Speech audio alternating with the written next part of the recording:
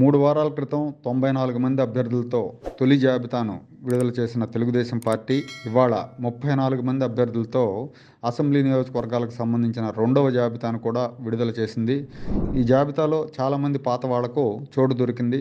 ఈ 34 మందిలో శ్రీకాకుళం జిల్లా నర్సన్నపేట నియోజకవర్గం నుంచి బొగ్గు రమణమూర్తి, విశాఖపట్నం జిల్లా గాజువాక నుంచి పల్లా శ్రీనివాసరావు, చోడవరం నుంచి KSNS రాజు, మాడుగుల నుంచి పైలా ప్రసాద్, తూర్పుగోదావరి జిల్లా ప్రత్తిపాడు నుంచి వరుపుల సత్యప్రభ, రామచంద్రపురం నుంచి వాసంశెట్టి సుభాష్, రాజమండ్రి రూరల్ నుంచి గోరంట్ల బుచ్చయ్య చౌదరి, రంపచోడవరం నుంచి మిరియాల శిరీష, పశ్చిమ గోదావరి జిల్లా కొవ్వూరు నుంచి ముప్పిడి వెంకటేశ్వరరావు, దెందులూరు నుంచి చింతమనేని ప్రభాకర్, గోపాలపురం నుంచి మద్దిపాటి వెంకటరాజు, గుంటూరు జిల్లా పెదకూరపాడు నుంచి భాష్యం ప్రవీణ్, గుంటూరు పశ్చిమ నియోజకవర్గం నుంచి పిడుగురాళ్ల మాధవి, గుంటూరు తూర్పు నియోజకవర్గం నుంచి మహమ్మద్ నజీర్, గురజాల నుంచి ఎరపతినేని శ్రీనివాసరావు, ప్రకాశం జిల్లా కందుకూరు నుంచి ఇంటూరు నాగేశ్వరరావు, మార్కాపురం నుంచి కందుల నారాయణ రెడ్డి, గిద్దలూరు నుంచి అశోక్ రెడ్డి, నెల్లూరు జిల్లా ఆత్మకూరు నుంచి ఆనం రామనారాయణ రెడ్డి, కొవ్వూరు నుంచి Vemireddy Prashanti,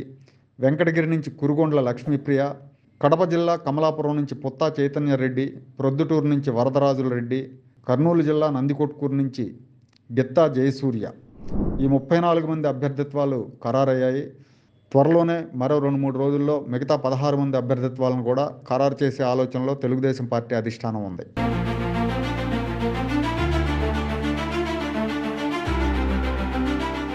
Like, share and subscribe to Rajaniti channel.